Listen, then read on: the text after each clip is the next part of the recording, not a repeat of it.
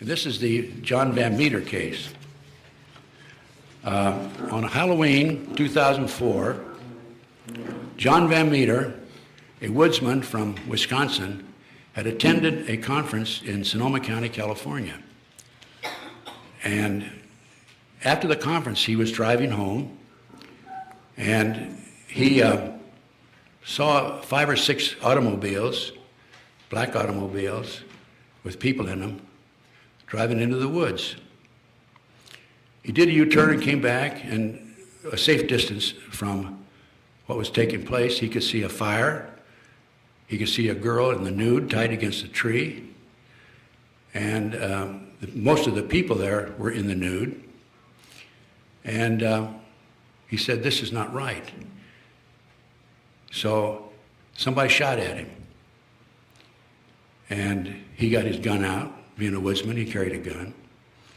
And he shot back. Long story short, he shot and killed 4 of them, broke up the ceremony, and rescued the girl, carried her over and put her in the car.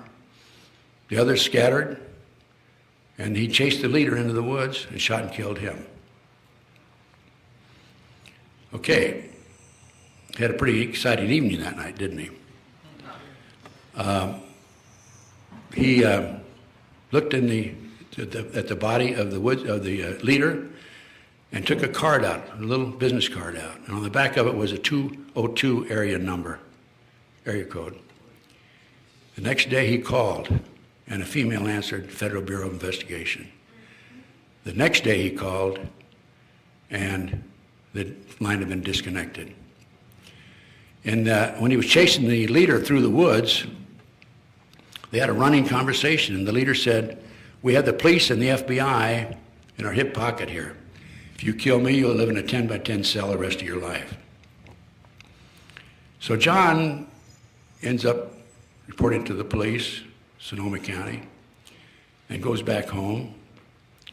And they filed charges against him, claiming that he filed a false report. And they waited 4 days to go out into the woods and search the area. The police did. And so he hires an attorney in Sonoma County, and the attorney says, "Don't come back here. It's corrupt. Law enforcement's corrupt. You'll end up serving time." The attorney worked out a deal with John, to fine him $10,000 and a year probation, 2 years probation, I think, and no jail time. They said that he shot himself. Okay. He goes back to Wisconsin, and April the 19th, 2006, a year and a half later. Anybody remember that date? That's a rather significant date in Oklahoma City, Waco. He goes out in the woods, and he's a woodsman at that. And two fellas come out, drive out, park the car, get out, and he hears one of them say, "He's mine." He has another gun battle. He knocks one of them down 4 times, the other one down twice. And they had enough, they took off. He goes to the police, and he tells the police what happened. And they say, he shot himself. He was shot 9 times with 6 different weapons. His pickup truck had 25 bullets in it, and he shot himself. So John had a trial. They tried him. We brought an expert in from Madison. I went to the trial. We brought an expert in from Madison, Wisconsin, who said he could not possibly have shot himself based on the circumstances. And John was tried and convicted, and they changed their story from he shot himself to he lied to the police. John told me, "Sure, I had to lie to the police. I didn't trust him. Why would I not lie to the police?" So that shows you, and by the way, he's placed on probation, and during the 1-year probation out of Wisconsin, somebody planted a marijuana plant in his garden. Obviously, they wanted the probation officer to find it. The probation officers came by regularly, searched his home without a search warrant, looking for guns, looking for booze. You can't have either one when you're on probation.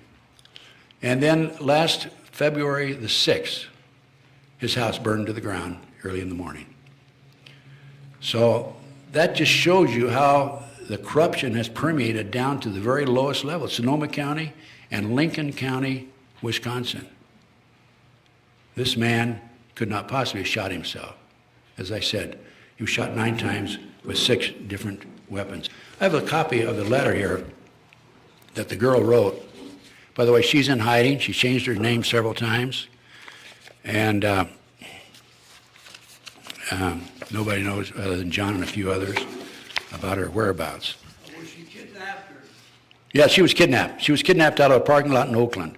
4 guys came at her in daylight and shot her in the thigh with a needle. She lost consciousness, and they put her in a van. Would you like to have me read the letter that she wrote? Okay, I'm the woman from the satanic cult abduction case on Halloween. I'm scared to death of them finding out who I am, so I'm not coming forward. The only person I'm ever going to tell is my brother.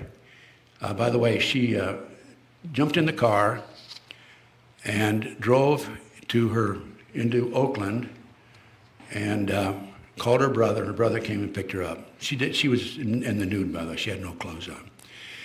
He thinks would be best if I stay anonymous, but he has convinced me to write down everything I remember exactly as I can and send it to the police. So this is what I'm doing.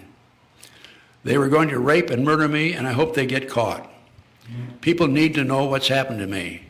I'm so scared they will find out who I am. I'm writing on an old typewriter, so it won't be on my hard drive. It started Saturday night. I was walking across the parking lot in Oakland. 4 guys got out of a car and grabbed me. They gave me a shot with a hypodermic needle in my thigh. I was unconscious for seconds. When I woke up, I had handcuffs on behind my back. My feet were tied together. The handcuffs were tied to something I couldn't move. They put tape over my eyes and my mouth. I didn't know where I was or how long I was there. I was thirsty and felt like I couldn't breathe. I had to go to the bathroom. I was terrified. I laid there and thought about what had happened to me over a long period of time. I'm not a religious person, but I prayed for the first time in my life for God to save me.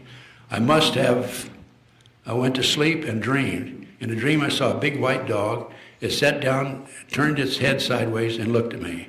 I felt like the dog was a girl dog, and she came to help me. I can't explain it any other way. Then I got up and ran away. I don't know why I'm even saying this. It just seems weird and real. I woke up again. I had to go to the bathroom so bad I finally gave up and urinated in my pants. It was awful. Then it was wet and cold. After a long time, I heard noises like a car door opening, and a couple of guys grabbed me. One guy said, "Bitch, pissed on the floor." The other guy said something like, "Shut up, clean it up, and load the stuff in." I'm pretty sure now I was in the van, in the back of a van. They took me into a search or something, or in a house or something. The guy said, "If you cooperate, we won't hurt you.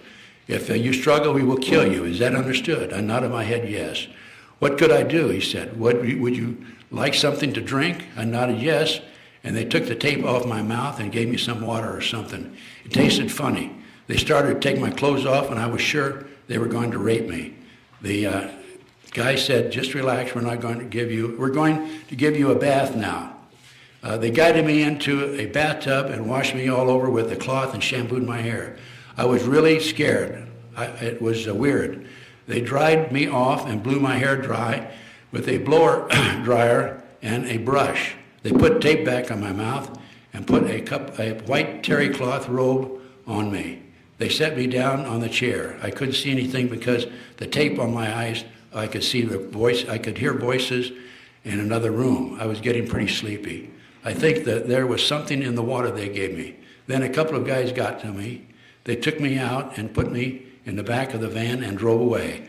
I knew there were other people in the van, but they didn't talk. They just played this loud, instrumental, heavy metal music. They drove me for a long time. I felt very sleepy. After a long time, the van stopped. The couple got me out. My feet were bare, and I was standing in dirt. I heard a lot of people talking quietly. I heard clicking noises in the van. A guy beside me said, "What are you doing?" The other guy said, "Getting ready for sanitizing."